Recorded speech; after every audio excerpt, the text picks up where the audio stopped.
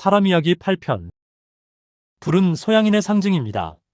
소양은 음이 작은 것으로 불을 상징합니다. 소양이라는 말은 양이 작다는 말이지만 동무 할아버지의 분류를 따라 바꾸었습니다. 소양인은 좌뇌형인 산불형과 우뇌형인 모닥불형으로 나누어집니다. 세상의 불은 산불처럼 제멋대로인 불과 갇혀서 요긴하게 쓰이는 모닥불이 있습니다. 세상의 불은 이 두 가지 형태로 존재합니다. 불형은 여름이며 청년기를 뜻하고 사사는 기르는 것이고 사형은 가볍다, 사성은 노여움, 감각은 코로 후각, 맛은 단맛입니다. 불형은 계절로는 여름으로 청년의 기운을 지니고 있습니다. 소양이는 형기를 지니고 있는데 자연에서 온갖 생물을 키우며 형통하게 한다는 뜻입니다. 가볍다는 뜻은 빠르다는 말과 상통하는 개념이며 무슨 일이든 빠르게 잘한다는 말과 같습니다. 여름의 숲속에 들어가 보면 하루가 다르게 앞을 다투는 생명들의 움직임을 느낄 수 있습니다. 모든 것이 태양을 중심으로 움직입니다. 눈치가 빨라야 한 줄기 빛이라도 더 받을 수 있는 것이죠. 바로 이것이 형기입니다. 감각이 후각이기 때문에 시각과 달리 보이지 않는 숨은 것을 찾아내는 능력이 있습니다. 여름의 모든 생물은 빠르게 커나가야 합니다. 그렇지 않으면 가을을 기약할 수 없기 때문입니다. 바르지 않거나 공평하지 않으면 화를 내는 것도 불형의 특징입니다. 이것이 맹자의 수호지심으로 의가 소양인의 심덕이 되는 이유입니다. 한국인의 빨리빨리 문화는 우리 민족이 소양인의 민족성을 지녔다는 것을 말해줍니다. 이 사실은 대단히 중요합니다. 어느 한 민족의 민족성을 안다는 것은 그 민족의 과거를 구성하고 유추할 수 있는 중요한 창이 되기 때문입니다. 우리 민족은 과연 어떤 민족이었을까요? 앞으로 우리 민족의 놀라운 과거에 대해서도 이야기할 기회를 가지겠습니다. 이와 더불어 세계 각 민족의 민족성에 대해서도 말할 기회를 갖도록 하겠습니다. 먼저 좌뇌형인 산불형에 대해 알아보겠습니다. 산불형. 팔교에서는 이화, 즉 불이라는 상징과 걸다, 곱다라는 의미를 지니고 있습니다. 걸다라는 뜻은 태양이 하늘에 떠 있는 모양을 취상한 것이고 곱다는 것은 하늘에 나타나는 무지개, 노을, 여명 등에서 따온 것이라고 보면 됩니다. 이런 성질은 팔성정에서는 취하지 않습니다.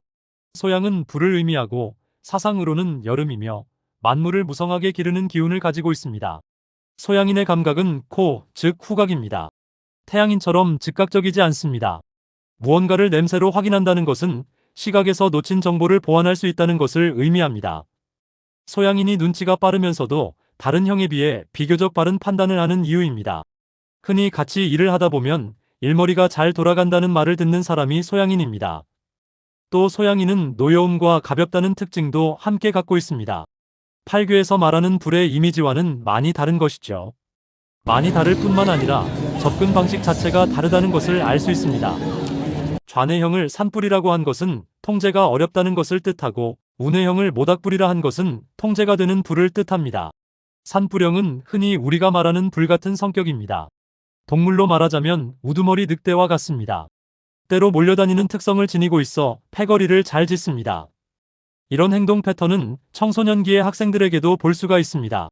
인생의 청년기로 들어가는 길목에 있기에 그런 특성이 나타나는 것이죠. 또 가볍다는 것은 빠르다는 말과 동의어입니다. 소양인은 눈치가 빠릅니다. 일어나는 사태를 어떤 형보다 빠르게 파악하고 행동합니다. 눈치가 너무 빨라 작은 것을 놓쳐 낭패를 보기도 합니다. 장점이 있으면 단점도 같이 있다는 것이 여기 알려주는 지혜인 것이죠. 산불형을 한마디로 표현하자면 싸움꾼입니다. 바다형과 같이 힘으로 해결하려는 성향이 강한 것이죠. 깡패두목을 연상하면 됩니다. 그들이 그러는 이유는 태생적으로 시간에 쫓기는 마음이 도사리고 있기 때문입니다. 한마디로 몸도 마음도 다 바쁜 여름의 모습입니다. 여름처럼 결과를 얻기 위해서 할 일이 많은 것이죠. 산불형인 사람은 어느 한 가지 일만 하는 경우는 드뭅니다. 성이 차지 않아 한꺼번에 여러 가지 일을 하는 것이 다반사입니다. 성질이 급하다는 소리도 자주 듣습니다. 산불형의 사람과 잘못 얽히면 낭패를 보는 수가 많이 있습니다. 이들은 사람을 엮는데도 뛰어난 성품을 지니고 있기 때문입니다. 지나치게 자신감에 넘치기 때문에 이런 마음이 자만심으로 발전하게 되고 실수를 불러오게 되는 것이죠. 이런 실수는 그와 엮여있는 주위 사람들을 다치게 하기도 합니다. 능력 밖의 일도 쉽게 생각하는 경향이 있기 때문에 생기는 일입니다. 한마디로 겁이 없습니다. 팔성정 중에서도 가장 겁이 없는 타입이며 바다형보다도 더 겁이 없습니다. 그러나 바다형과 산불형이 맞붙으면 산불령은 바다형의 기운을 당해내지 못합니다. 산불령도 바다형처럼 자기가 똑똑하다고 생각하는 경향이 있습니다.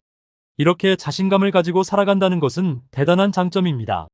그러나 이것이 지나치면 문제가 됩니다. 이런 이유로 다른 사람을 무시하거나 깔보는 경향도 함께 있습니다. 무슨 일을 새로이 할 때 반대에 부딪히면 바다형이 해보기나 했어라고 한다면 산불령은 네가 뭘 안다고 까불어가 되겠습니다. 같은 양인이지만 바다형과 산불령의 또 한 가지 차이는 스케일에 있습니다. 바다형은 스케일이 커서 작은 것은 거들떠보지도 않지만 산불령은 대소청탁을 가리지 않습니다. 눈에 걸리는 대로 해나간다는 말이죠. 산불령의 좋은 점은 모닥불령과 같이 의리를 중요하게 생각한다는 것입니다. 실상 그들이 아는 모든 인간관계는 의리를 바탕으로 하고 있습니다. 의리를 빼면 시체라는 말이 가장 적절한 표현일 것입니다. 그런 의미에서 소양인의 미덕은 불의를 보면 화를 낼 줄 아는 것입니다. 만약 그렇지 않으면 같은 패거리끼리만 통하는 깡패의 의리에 지나지 않을 겁니다. 그것도 의리라면 의리라고 할 수는 있겠습니다. 우리 역사에는 불의에 대항한 많은 선조들이 있습니다. 불의를 참지 못한 것이죠. 이를 위해서는 목숨을 내놓고 해야 하는 일도 마다하지 않았습니다. 전봉준이 산불령의 전형적인 사람입니다. 그를 녹두장군이라 부른 것은 몸이 작고 왜소해 생긴 별명에서 유래합니다. 비록 작은 몸을 가졌지만 리더십이 뛰어나고 강단이 있었다고 합니다. 그의 아버지는 구한말의 악명 높은 고부군수 조병갑의 학정에 저항하다 곤장을 맞고 그 후유증으로 죽고 말았습니다. 조병갑은 전형적인 이기적 산형의 인물입니다. 썩어빠진 당시의 조선의 가장 대표적인 인물이기도 합니다. 이 사건은 전봉준에게 커다란 영향을 주었습니다.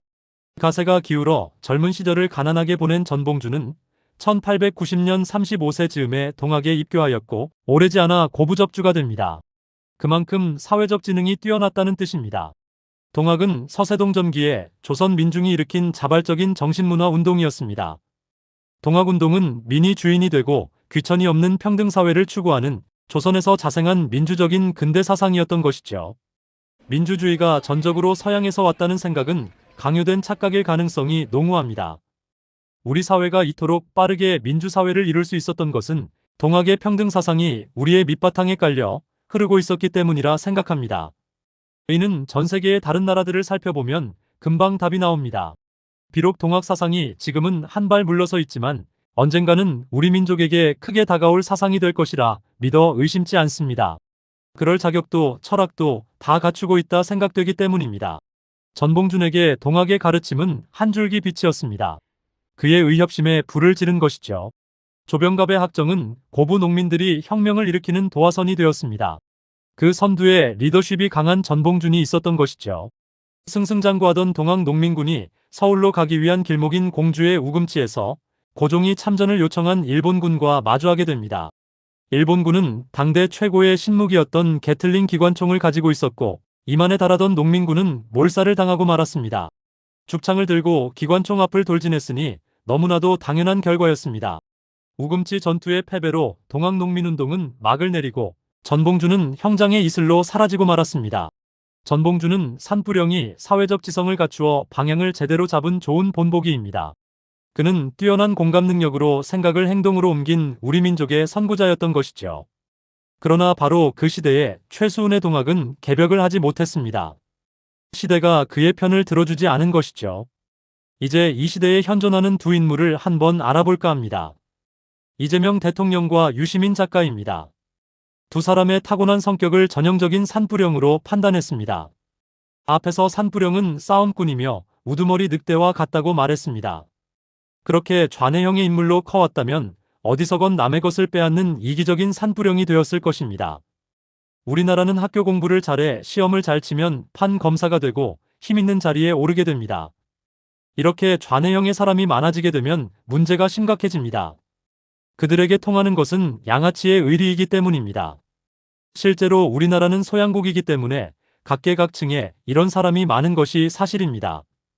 그런데 이 두 사람은 다 같이 최상의 공감 능력인 배려적 공감 능력을 가지고 있습니다. 사회적 지성을 키워 용광로와 같은 사람이 된 것이죠.